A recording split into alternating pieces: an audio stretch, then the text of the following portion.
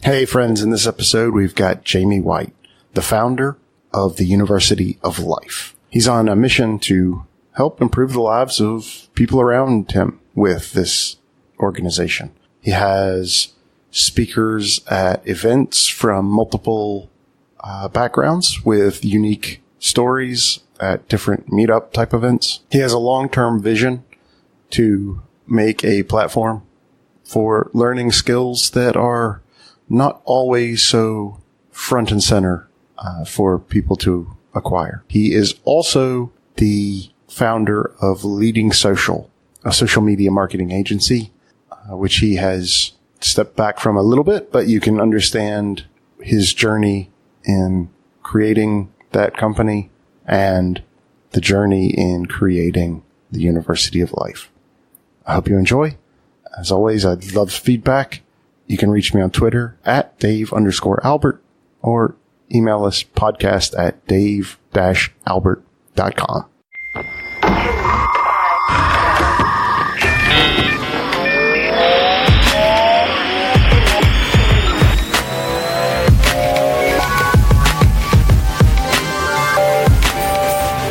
Hello and welcome to the podcast. I'm your host, Dave Albert. In this show, I talk about technology, building a company as a CTO and co-founder, and have guests to discuss their roles in technology and entrepreneurship.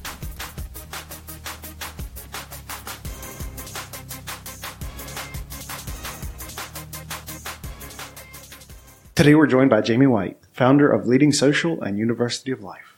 Thanks for joining us, Jamie. Thank you very much. I'm thrilled to be here. It's a pleasure. Can you tell us a little bit about yourself and starting your companies? Yeah, absolutely. So I currently have a social media agency that I founded called Leading Social. I can't take too much credit for it though. We have a fantastic MD, a girl called Colette Doyle, who is really kicking ass and doing fantastic work in it. I'm more so hands-on on a project called the University of Life. And that's really all about the sharing of life lessons, life hacks, life experiences. And so there's quite, I suppose, a parallel between that and what we're up to right now. But that's kind of what I'm hands-on on and really enjoying at the moment. Nice. So I first heard of you. Let me show you this. And Leading Social. Whoa. When you brought Gary Vee over here. Yeah. Wow. I'm thrilled. Great. So that's a photo of me and Gary Vaynerchuk at the Leading Social event. Yeah, that was some fun. That was brilliant. What was that like? Well, I'm a big believer that work should complement your wants and should complement your life. And look, I'm a big fan of Gary Vee. I think he's fantastic. And I started following him, well after I'd established Leading Social. And I began to kind of really brainstorm, how could I bring him over? And of course, him with VaynerMedia and ourselves with Leading Social, I thought, it'd be a great coup for Leading Social to host the top man behind the top social media agency in the world. And that would make a lot of sense as kind of a marketing push. And I started really building an event around it. And what was really nice is work did get to complement a want. We managed to host him here in Dublin in the Mansion House. We had a sold out event. We just about turned a profit. So it made sense. And like, I got to have a fantastic time. Doing a little bit of work with him in the lead up to it, working with his team around it, and then connecting there on the day. And it was lovely. For a lot of people, that event meant a lot. I think people really appreciate him, and getting to see him live in front of an intimate audience was fantastic. So yeah, I was thrilled with that.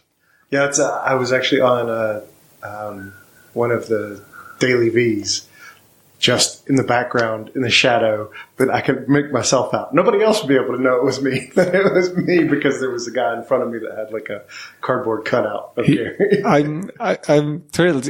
Honestly, like, that's exactly what I mean. Like, if it meant a lot to you, it meant, like, it was brilliant. It was a really, it was fun. And that I think that's so important, because the journey in business is so tough that you have to have your snippets of fun and you have to make your memories. And that for me was a great one with Leading Social. There's a lovely, very similar to the photo that you shared with me there. There's a similar very kind of lovely photo of our team at the time, who were all fanatical about him, all celebrating with him there on the day. And yeah, that was a really, really nice memory for us. And I'm thrilled it was the same for yourself as well. Yeah, I almost didn't go. I was like, I could work more during that time. Because I was on the lead up to finishing up at my last full-time job before starting Medit, the company that I'm a co-founder of right now. And I thought, no, this is the only chance I'm going to do it. Good. I should just go do it. Do you know what? For me, I always, as I said, there's how do I justify that? But the amount of business that was done there on the day, like for us as an agency, we made the event make sense on ticket sales alone on the day, but the amount of business that we picked up as a result of that, and the amount of people similarly that have said, I was there on the day and I connected with such and such. I always think there's such an undervalued, side of events in terms of the amount of business you'll actually do just connecting with people there on the day. So I'm glad. Good. Good. So how did you get into founding things? Honestly, very unconsciously. I really didn't think much about my first business venture, which was really events, club nights. I was a nightclub promoter. At the height of it, I promoted 30 club nights a week, every week to, that was incredible. And honestly, that started with me, hosting a party in my back garden, which evolved to the local nightclub, which evolved to, we did this once, we could do it again and again and again and again. No business plan up front, no mad strategy or anything like that. Just we very, very naturally fell into a business that, we had a hell of a lot of people, like hundreds of people working for us part-time, a kind of a core team, working remotely, but a core team of about 12 to 15.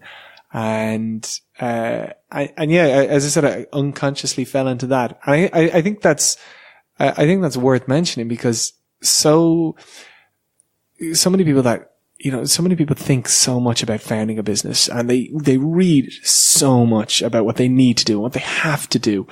But some businesses can come quite naturally, and sometimes if you learn too much or you study too much, that actually can become a bit of a barrier. You end up thinking too much about what you have to do. And that can become almost a challenge in itself. So yeah, unconsciously jumped into that. Then marketing those nightclubs to students evolved into a marketing agency for students. And then, quite naturally, I built then 2 online magazines. One was called collegetimes.com. The other one was called teentimes.com. I subsequently sold them. When I looked at the marketing agency, the key service that we were providing was social media. So a natural evolution of that was to build out a social media agency. I went from promoting nightclubs to promoting DJs and artists. That kind of came again quite naturally. And then if I'm honest, I was doing a bit too much all at once and I kind of consolidated down. And that was a really interesting period. I started getting a bit of advice and it was really interesting learning to analyze everything that you do, focus in on where you're making money, focus in on what you're doing really good, pull back from where you're not and pull back from the services that aren't that good. And those kind of things are very basic and you hear them a lot, but you hear them a lot because they really work. And that was really, really, really helpful to me. And, I feel like I'm talking too much. Feel free to butt in at any point. No. But then, I built up, Leading Social, and I got very good advice, in starting that business, which was, start it yourself, hire based on your weaknesses and learn to take a step back, with every bit of growth. And, what I found was we hired based on all the weaknesses, and then obviously they specialized in those given weaknesses. And then for the kind of the blur of skills that I had, we got to bring in specialists in that space. Then I found myself dwarfed by a team of specialists around me. And And it's kind of funny. Sometimes, you hear people talk about families and their son will turn to the father and say, "Oh, you're so uncool." It's a really, really interesting thing when you have a business and somebody will turn to you and be like, "Oh, do you not know this?" It's like, no. I've afforded this specialism for you to know this. And sadly, I don't get to know this.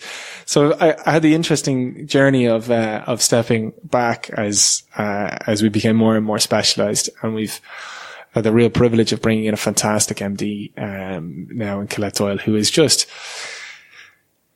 inspiring is the best way to describe her. She's just absolutely fantastic. And I suppose really what the key thing that's so inspiring is you see somebody who can work so phenomenally well in terms of their own workload together with the team, building the team, but then enjoy such a high quality of life outside of work.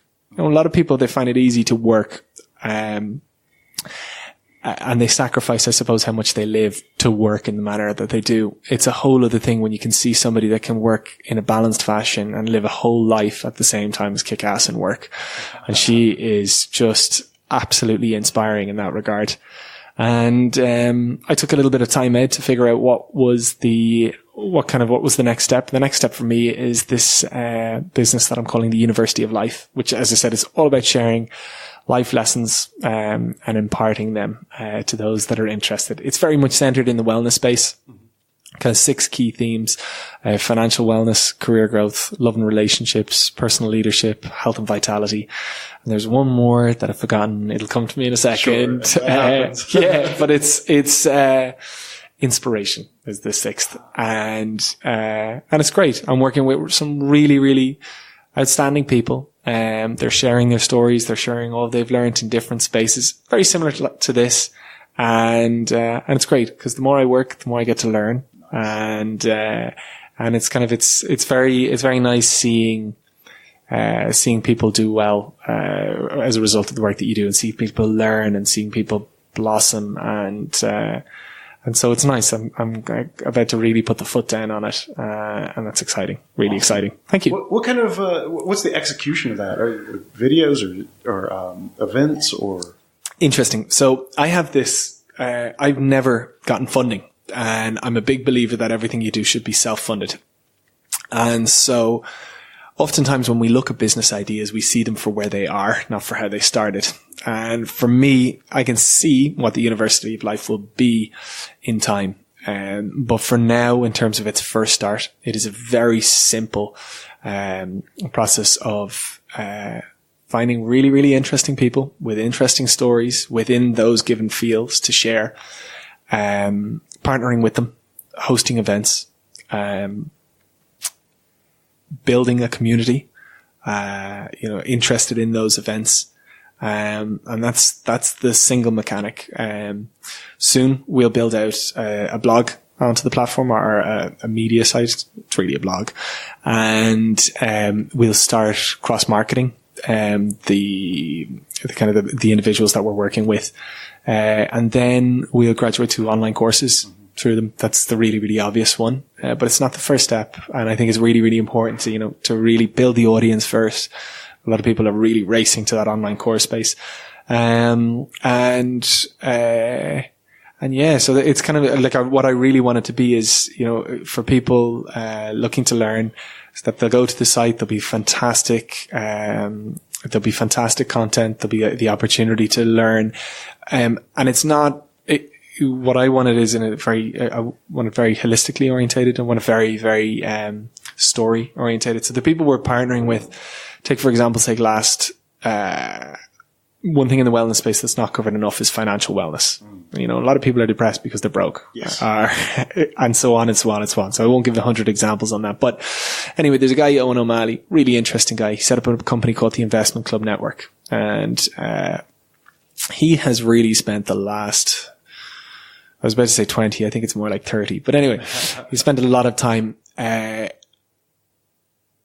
really building up his own knowledge in stocks and shares, but also helping others learn. Doing phenomenally well. There's a great business in behind what he does, but if you pull it down, he has spent the last number of years building his knowledge and expertise in trading stocks and shares and helping others capitalize on it too. And so he came in, he did a talk. He shared his story of why, where he started, how he got into the space, what expertise he's learned, how he reads the market, how he capitalizes on it. And, that's invaluable to somebody who wants an introduction to trading stocks and shares. And it was, for me, if somebody gives me a manual and it's very, very impersonal, I won't read it. I can't connect with it. But if somebody stands up and tells me their story, tells me why they got into it, what makes them tick, what's the exciting thing they look for, what's that little, I was about to say je ne sais quoi, I won't say that, but you get where I'm coming from. Yeah. That's where you learn, I think, best. That's where my whole brain lights up. And I loved it. I sat there on Saturday, so proud, looking at this talk, really small, only in front of 12 people. We only charged 15 quid a head. Hell, that's 180 quid. And hell, my photographer cost 200 quid. So it is, there is a bit of a hard start to it. But, when we do the next event and the next event and the next event. And we've partnered initially with 12 people. We're doing an event with each of them for 12 people. The aim is to then to 25. The aim is to then to go to 50. The starting price is 15 to 25. And it'll be really interesting to see that as phase one. And if phase one works, it'll afford, a project manager to take the reins of it and I can step back. And it will afford a budget to build out that media site. And I think that for me is, as I said, that kind of, that self-funded, self-propelling, start. And that will lead to the media site, lead to the online courses, all the while with the database building up on the background to push that off. So step 1, step 2, step 3, step 4. Hopefully we'll get to step 5 or 6 and be laughing all the way with it. But it's a really exciting project. Nice. Is that something that you've always been interested in, or was it something you discovered about yourself through your leading? So when I was 17, my parents sent me off to Unleash the Power Within with Tony Robbins. And Tony Robbins always talks about mirroring those that inspire you or those that you want to learn from. And for me, I really didn't enjoy school. I left college very quickly. But what I did enjoy was sitting down and hearing somebody's life story. And where I learned was that. And I became very, very conscious in my early 20s of, perhaps not knowing as much as I should. Or no, that's wrong. It's just being very conscious that you have to prioritize your own upskilling and your own learning. And you have to understand how you learn. And I knew I identified that, and we've all heard the term, the University of Life. I don't know how the hell I got to register that domain, but, I really wanted to, build a business that the more I worked in it, the more it complemented me and the more it introduced me to people that I'm interested in, the more kind of it developed my life, I suppose, rather than the other, which is so familiar, which is the more you work, the less you live, which so many people and so many business founders will be well familiar of. And so I've certainly been thinking about this for years. I've tried it a few times, made a mess of it. But I think I've got it now and I'm very excited. Nice. Yeah. It's the knowing how you learn is so important. I think what they called it was mild dyslexia. But so that means that when I try to read, I can read, but I don't learn well from reading. I can read something over and over and over and over, and it just doesn't click. But I can watch a video on 2x speed and grasp it the first time. Interesting. So it's all about the medium. And if I'm really a kinetic learner, so if I do it, I get it way better than I could sit through hours of lectures and not get it. I can read books and books and books and not get it. But just do a little bit of it and it clicks. So I was only having a conversation with somebody earlier and we were talking about smart people and perhaps not so smart people growing up. And smart people are smart. Things come to them easily. They don't necessarily need to learn how they learn because they're always so ahead of the game to a point. And that point comes and they plateau And suddenly those gifts that they had, I suppose they developed a bit of laziness off the back of that, and they plateau and they really struggle. On the other hand, those that struggle initially, they have to learn pretty quick how to learn. Now things are harder for them, so they're slow starters. But after a certain time, they take off well over and above those with the initial talents. I've seen that in so many ways. You know, I've seen that. I used to play rugby, and I remember that the guys with real talent when we started found themselves really struggling as we progressed, and the same vice versa. I'm glad we got the opportunity to touch on learning how to learn, and because look, you identified that reading a book, it doesn't work for you. Some people just might not be thinking that way and would constantly be hammering themselves over, why don't I learn well with a book? Well, there's a whole load of other ways you can. And yeah, for me, I learn best with people, and I learn best from people's stories. And so I am effectively creating this big learning machine for myself, if that makes sense. It does. And it fills a significant void that I think that current learning institutions, which I don't care for their structure, aren't really dealing with properly. I think, I think this whole online education space, like people are thinking, it's peaked. It hasn't at all. It's going to grow and grow and grow and grow. And why? Because it's opening it up to everyone. It's opening up so many different ways of learning, and it's opening up so many different channels of learning, or so many different subjects to learn. I think it's really, really, really interesting. And look, if we can funnel ourselves into this kind of life experience niche, brilliant. And it'd be so exciting seeing all the other different ones that develop in it. Bit of a shame in that the early adopters are a lot of real rip-off merchants and scumbags, but always are. Yeah. Well, yeah, to a point, actually. Yeah. So it's no different in this case. But I remember having a chat with somebody who was interested in the business in the University of Life, and they were like, oh, that online learning place, that's really, that's like the Wild Wild West. And I was like, yeah, but where's the Wild Wild West now? Now, it's interesting. What's the biggest challenge you're finding? Honestly, I think in any business, it's yourself, and it's, credit to, sorry, I was about to say credit to something that's myself, which is wrong, but I do think it's very, very hard to get an idea, to break it down. I'm excited about what the idea will be in 2-3 years. It's cool how I'm starting, but it's not what I'm really excited about. And so to persevere through that, I think that's a challenge. I think when it comes to, putting your hand in your own pocket, it's a whole different thing, I think, to getting somebody else's money. And I think putting your hand in your own pocket, is something, and also, putting yourself forward and saying, right, okay, I know where this is going to go, but I have to go through this to get there. I'm going to do this myself, and I'm going to self-fund it. I think that's quite challenging. But, at the end, there's a lovely saying, the end justifies the means, and the end will justify the means.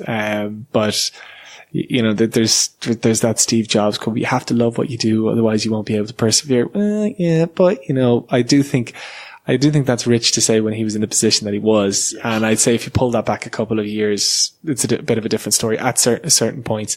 I think, the initial stages of any business are really, really challenging when everybody's looking at you like you have 6 heads, and everybody is questioning everything that you're doing, because there's no bricks are laid. No, there's nothing there for them to see. And so you're just constantly explaining yourself. Challenging. But that picks up momentum. And I suppose, this is a long answer for you, but the biggest challenge is the first step. Everything gets a little bit easier, fractionally easier thereafter. But that first step is really bloody challenging when you put all those elements that we discussed together. Yeah, you just have to keep making those small steps over and over and over and over. And everybody's journey and space is different. So you can't compare the number of steps you've taken to the number of steps other people have taken. They can just help you avoid tripping over certain obstacles. If I'm honest, like I find probably one of the really difficult things is not looking at the success stories that you read in the newspaper or the overnight stories that you do see on social media. And the reason they're there is because they're so unbelievably unique and exceptional. But if you see a few of them, you can suddenly start to really question, are you on the right path? That there is that saying that 9 out of 10 businesses fail in their first year. 9 out of the subsequent 10 that get through fail in their second year. And so like I do think success in business is surviving. I sometimes think in order to survive, well, a key thing that I never see written down anywhere is look in the mirror and pat yourself on the back for surviving. And giving yourself the credit for that, because it's, given, I suppose, those stats prior, it's quite exceptional, but nobody gives themselves that credit. But perhaps if they gave themselves a little bit more credit, they'd have that little bit more energy. They'd have that little bit more confidence that would help them get through things that little bit quicker. That's very good. Yeah. Congratulate yourself Big time. On survival every day that you're still alive. Yeah. Cause look at it like I always think when you talk to like college grads and everything, they're taught like how the business world is so different and they should present themselves in a certain way and they should talk in a certain way and they should deal in a certain way. And then you meet an absolute animal in their kind of later years in business and they are animal-like. And I always think like you probably learn a hell of a lot in play school and the playground because things are quite raw. And I don't think they're any different. Well, they're that bit more multiplied out in the business environment. As much as people want to say everybody's out, everybody's there to support, they're not. A lot of people want to pull you down. A lot of people want to hurt you. A lot of people want to challenge you. Your success will come at somebody else's. Your success will come at somebody else's expense. And so you do really need to kind of prepare yourself and you do need to be conscious of that. And so actually, as I said, surviving is success. Are you seeing any parallels from starting Leading Social to now starting University?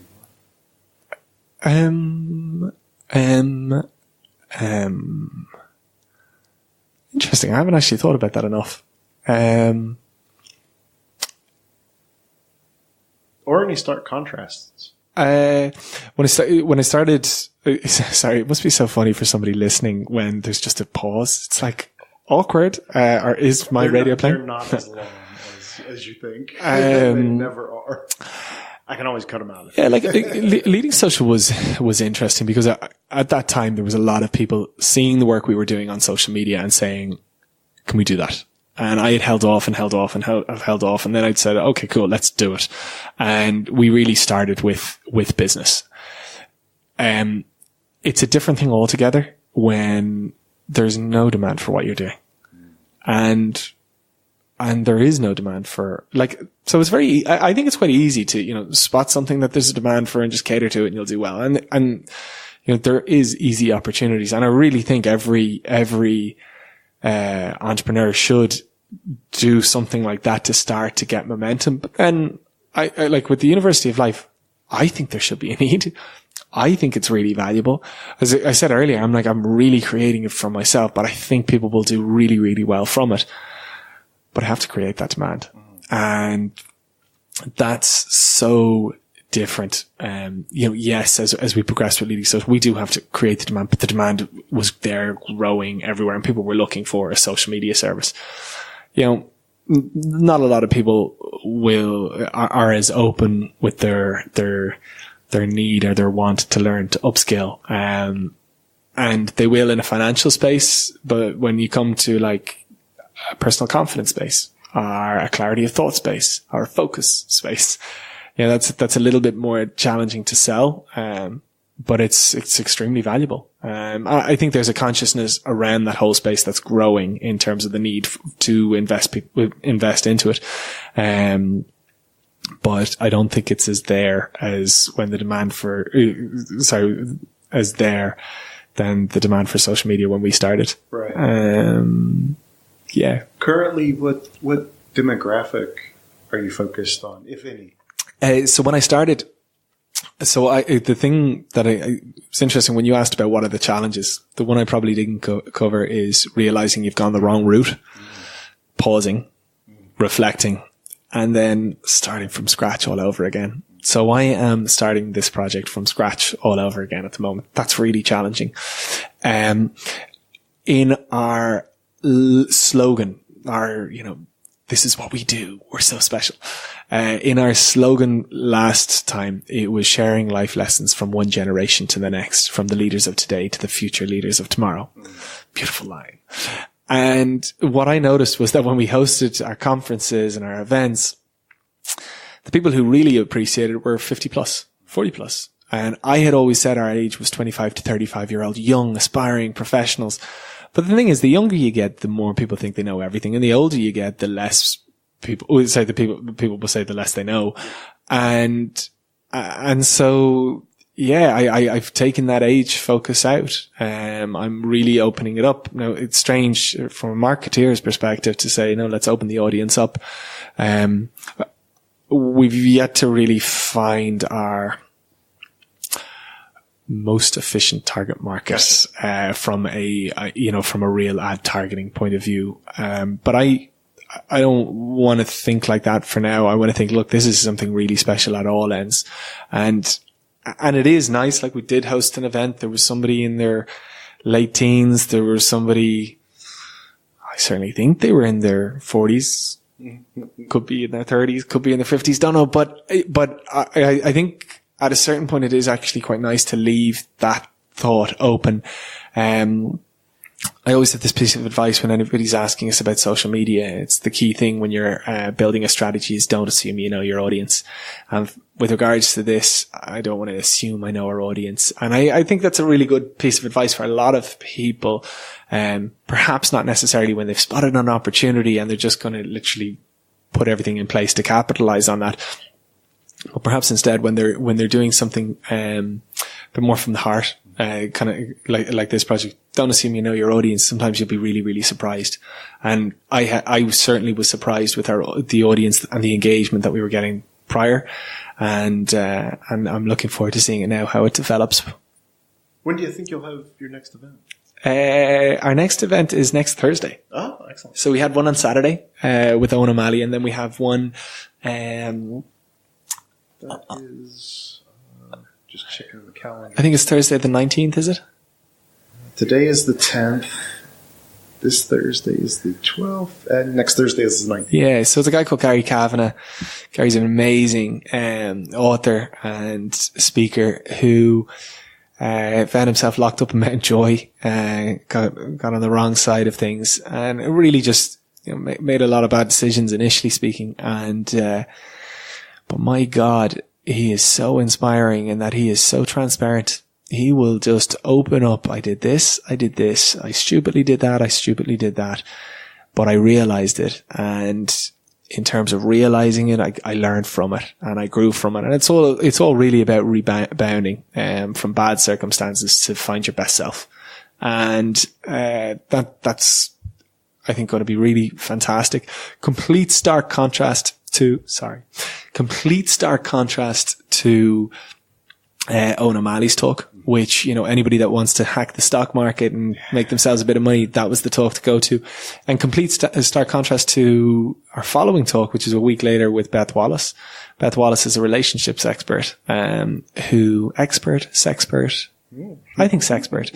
And her talk is consensual non-monogamy, an open discussion about open relationships. And that's really interesting. A lot of couples just don't talk about a lot of things. And I asked her, I said, look, you've dealt with hundreds of couples.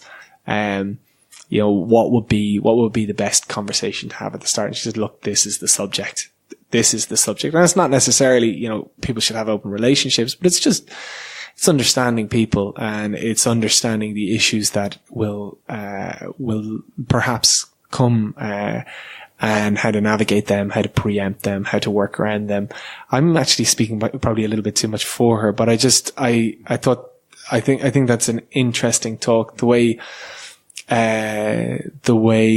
the next talk from John Francis Leader, who's a performance psychologist, and that's all about understanding how to focus, how to refine your focus. And so these are really different subjects, all within. Sorry. It's all right. I'm here playing with the mic a little bit too much, but they're all, I think, really interesting subjects.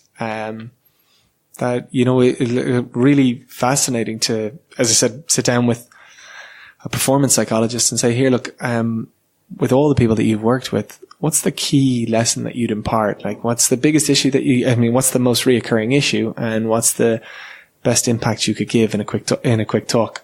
Focus, Jamie. Focus will be really, really good. Or separately with Beth, or prior the life story with somebody like Gary, it's just fantastic. Our Owen, so it's really interesting. Yeah, no, the focus one I'll be at for sure. Good. And do you know what's nice? And it's kind of like all things, when, like, for example's sake, when Brian Lee opens up a Chopped, he gives free food to everybody, and everybody gets really good value. They just walk in the doors and pick up a deli meal.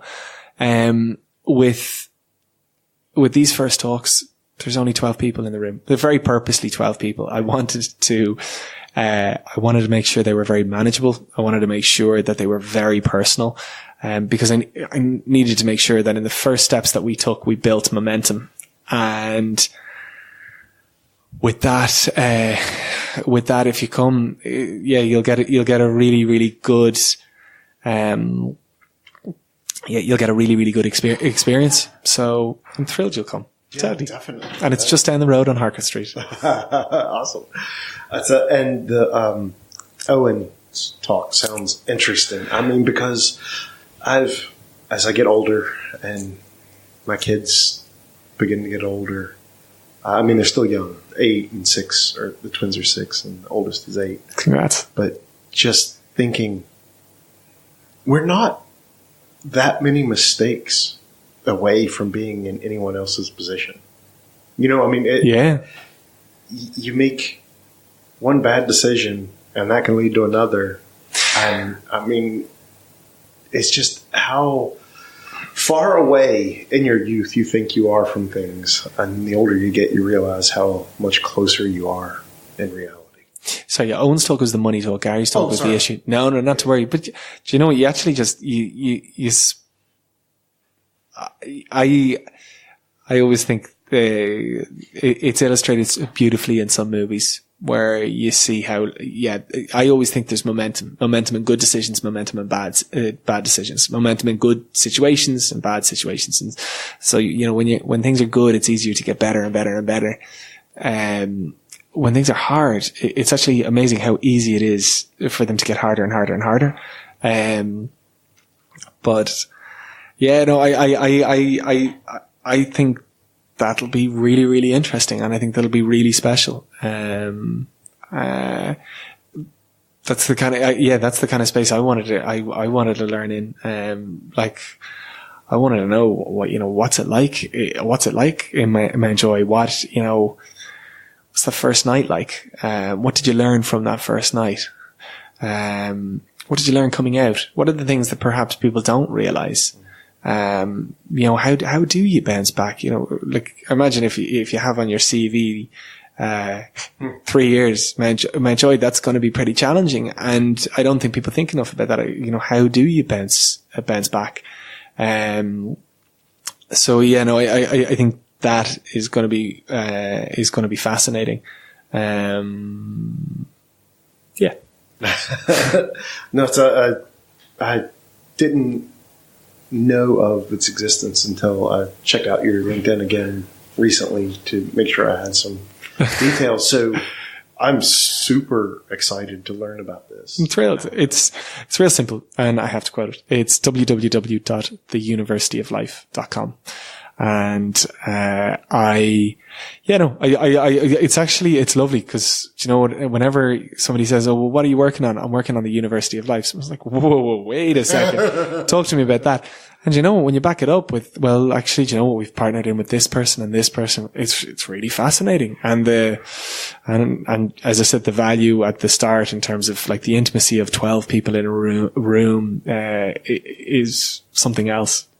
And it sounds like you've got quite a number of people already lined up. Yeah. And you know, in such different fields, so yeah, like, look, for me, I love people, and I make it a kind of a job to meet as many people as I can. And I always wondered, you know, how can I share some of these stories, and how can I share some of these people out? You know, there's so many interesting stories and so much to learn from. And what's sad is that we're probably not talking as much as we were. There's so much communication going on in social media, but like, if you look at a documentary like The Great Hack, a lot of that stuff has been put in front of us. A lot of that stuff has been engineered. And for me, much more interesting is content, and it's probably anybody who's been on social media would have seen it, but like a person on their deathbed, what would they say to their younger self? Or a nurse who works in a hospice, what are the key things she's been told or learned? You know, those kind of lessons, somebody on their deathbed wanting to impart, are those stories within families. I don't know, have you ever watched the show Hunting Hitler? No. Hunting Hitler's fantastic. It's all about the conspiracy surrounding Hitler's death. Did he actually commit suicide, or did he escape to South America? And they go around interviewing the sons and daughters of people, and the actual intelligence that they pick up is incredible.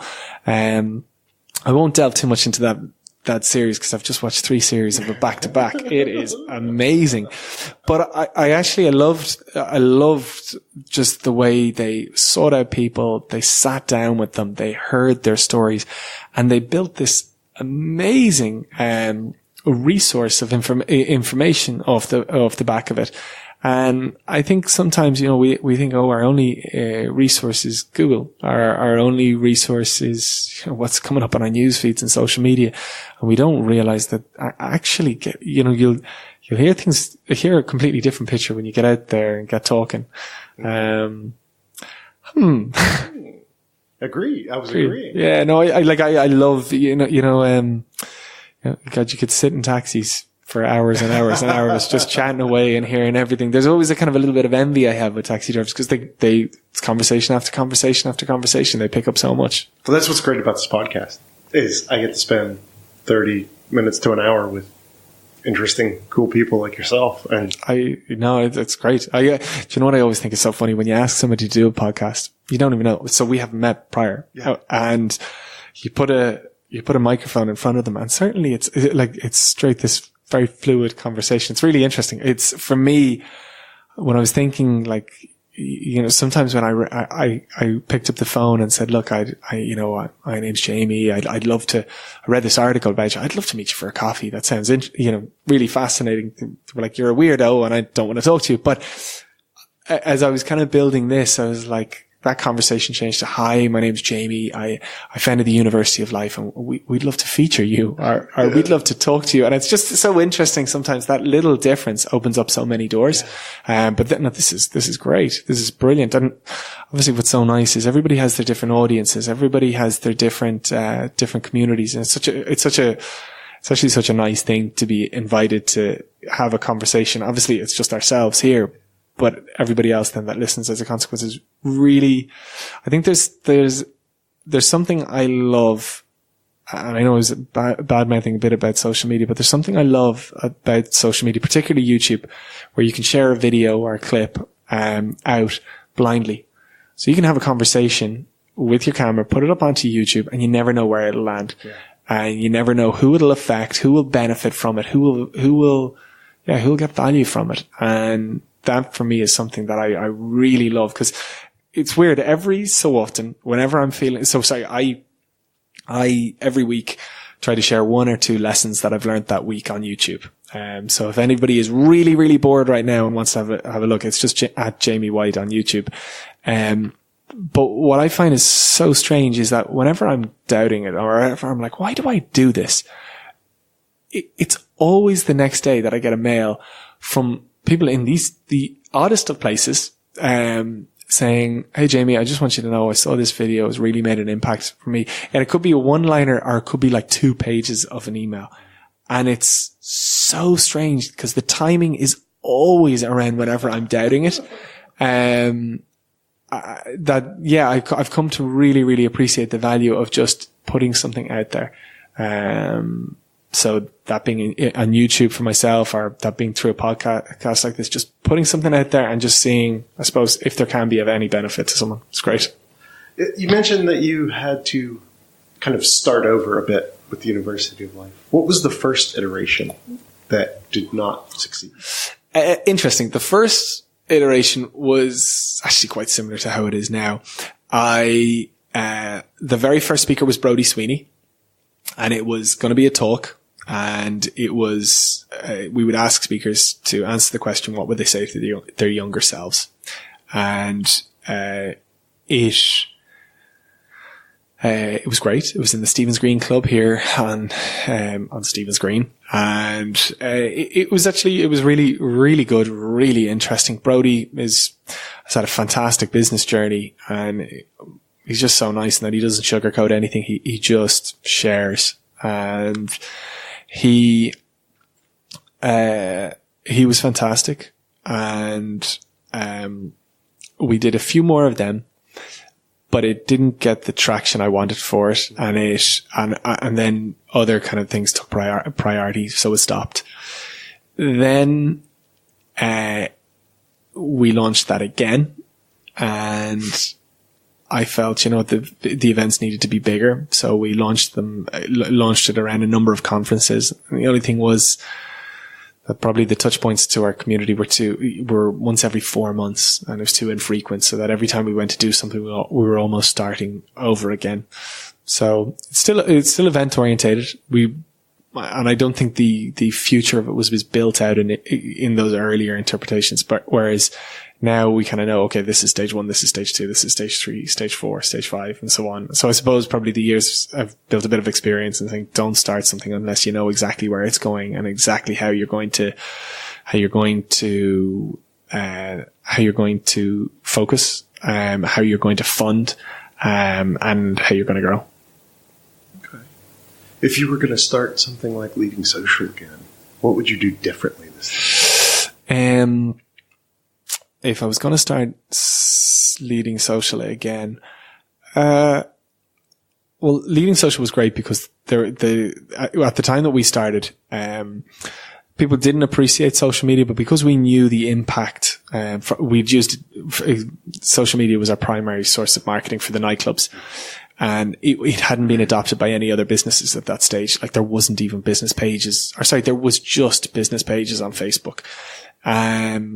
And so we were very early adopters, and we could see the opportunity so clearly, but, other people were still very skeptical, and a lot of brands were still very skeptical. So we, I suppose, bet. We had a couple of early mover brands, a lot of kind of cool, trendy restaurants that, saw social media as its edge.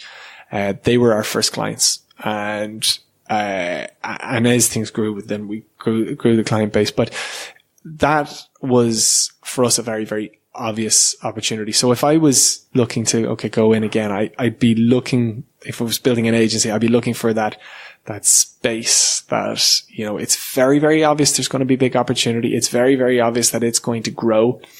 And I'd be playing a long game. I always think in business people play a short game, and the way to have a competitive advantage from the very get-go is play a long game. Sow your seeds, take things kind of very, very calmly, and then, as the market matures, build your business in proportion to that. So I'd be looking out for that kind of space if I'm considering an agency. So is that VR now? Is that augmented, reality? Is that marketing through games? Obviously everybody's appreciating gaming is becoming so huge. Not a lot of people appreciate that you can advertise within those games. Would it perhaps be a dedicated advertising agency for gaming? Would it be a whole host of things? I won't brainstorm off the top, but I always like that idea of finding a place where, where you can mature with the market.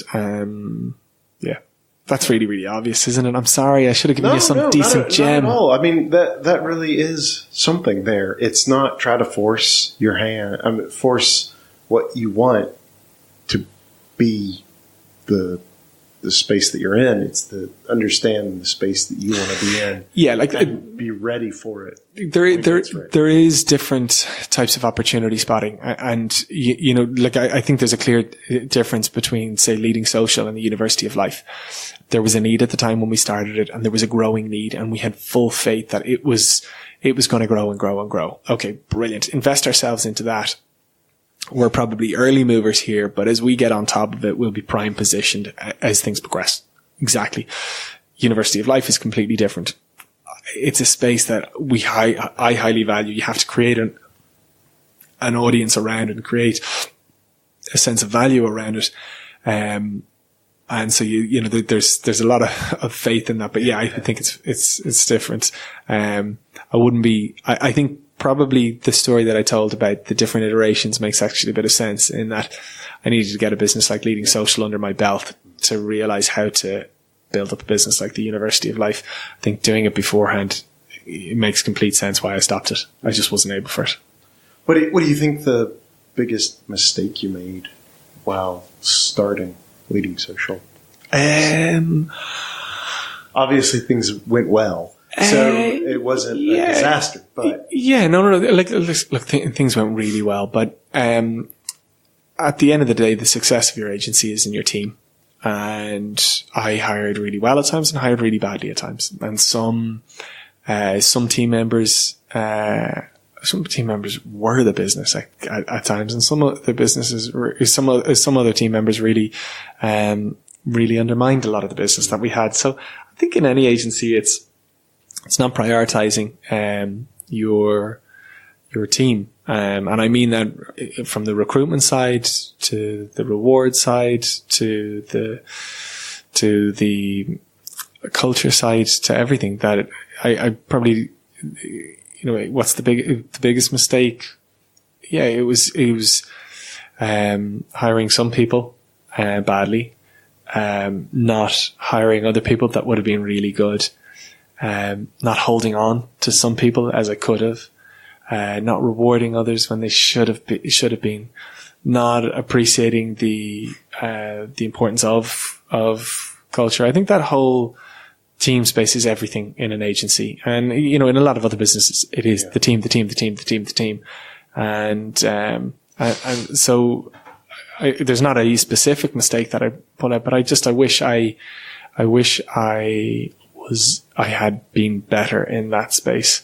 I think parts of it were good, but I always think that that's the space that one could be better in. Yeah, that's I as a CTO, often I have to work hard to remember it's not about what code I ship. It's about what the team ships. Not that I'm stingy. It's that sometimes I have to prioritize removing obstacles over writing code. And usually I do a good job at that, but that's one of those areas where if my team are waiting for me because I'm writing some code, that means that the whole team is waiting, is slower. Yeah, it's like, I always think it's funny, like when you're running a business, it's really lonely, running a business. And you kind of, there's a feeling that you should be really, really there's a feeling that if you're running a business, you should know everything. And the fact of the matter is you don't. And the fact of the matter is actually individuals on your team should know a lot more about given parts than you. And if you took everybody in the room, everybody would know that one thing better than you. So everybody's positioned better in a given area of expertise. But, like navigating some of the issues, like, navigating recruitment, like, I really want to hire that person. Should I better not show it?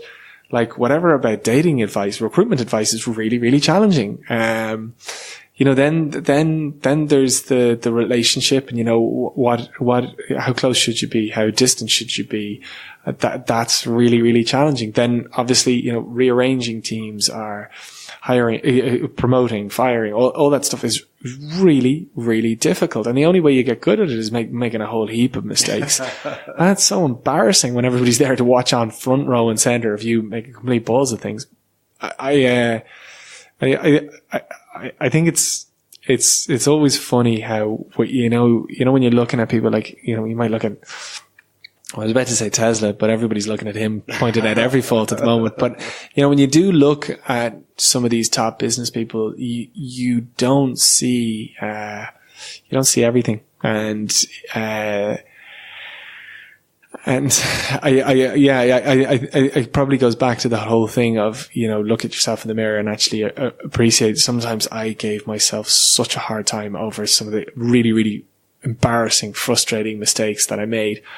The fact of the matter is they're necessary. The fact of the matter is they'll probably stand to you in the long journey. And the fact of the matter is you're only human. And if you don't appreciate that human nature being good and bad all at the same kind of time, you're just going to burn yourself out. It's just like overnight successes. They take 10 years. Amazing business people aren't born. They're forged through the fires of failure after failure after failure, and then success, and then this bigger success. I've said that, and some snotty little, I can say snotty little shit, can I? Yeah. So some snotty little shit turns around and goes, well, what about Zuckerberg? It's like, dude, well, there's a reason why everybody knows about him, and there's a reason why he's got so much money in his back pocket. It's because it's so unbelievably exceptional that it renders itself not an example to the contrary. And I think that's so important. I'm probably not said enough that, exactly as you said, it takes a journey to make a business or to realize an opportunity. And he made plenty of failures and is still making plenty of failures. The entire company isn't a failure, but he made plenty of mistakes just like everybody else, and he just had the fortune of having a fortune behind him at the time to carry through those mistakes. Yeah. Nobody makes it without making mistakes. Yeah. It's I love that. There's a couple of, I don't want to say coaches, but there's a couple of people I'm working with at the moment, and they're all talking about this idea of flow, this idea of, I suppose I'd be very interested in health and wellness and green juices, big fan of green juices, but I always was in it because I didn't want to be low on energy. I didn't want to be tired. I wanted to optimize my health, and I'd be at an optimum level all the time. And I constantly kept burning myself out. And my friends and kind of loved ones looking on would almost laugh at it, to be like, do you not realize they're doing nothing for you? Fact is, they weren't doing anything for me. It was just that we're all human. And no matter how much you try to optimize yourself, your body will present a different challenge, or your head will present a different challenge, and you will have ups and you'll have downs. And if you try to fight them, they will be all the more pronounced. But if you just flow with them, appreciate them, you can learn to actually enjoy them. And that's the hack. It's not working to avoid them. So in business, it's the exact same. If you try to avoid the mistakes, they'll absolutely hammer you. But if you actually learn to appreciate them and enjoy them as part of enjoy maybe not, but appreciate them in terms of the long-term journey, they'll really flow to complement you in the long run. I am looking at that time and I'm burning your ear off at this stage. I'm sorry. Oh, no. But, I guess we can wrap it up, and then maybe I can get you back later. Absolutely. Yeah. Is there anything else that we've touched on that we didn't cover deep enough? No. Listen, I'm delighted to go through everything. And look, if I suppose one thing I'm really, really interested in is feedback. So if anybody did, I suppose, hear anything or does want to ask a question, I'm so simple. I'm so simple. It's awful what you'll say sometimes when you're speaking a bit too quickly, but, my social media tags are so simple. They're just at Jamie White on LinkedIn, Instagram, YouTube, or my email's just jamie@jamiewhite.com. If anybody has any feedback, I'd really appreciate hearing it. Or if anybody wants to challenge any points, absolutely go for it and let's have some fun. Excellent. And I'll add links to the show notes. Thank you so much. Any call to action as a final thing? I'd love, if anybody's looking at this as a call to action, I'd love them to check out theuniversityoflife.com and perhaps come to one of our events. That is the big thing for me at the moment. So I'm going to hold you to that. Absolutely. Do come. I absolutely will be there. Deadly. All right. Well, thank you so much. And thank you all for listening. Until next time, remember, any sufficiently advanced technology is indistinguishable from magic.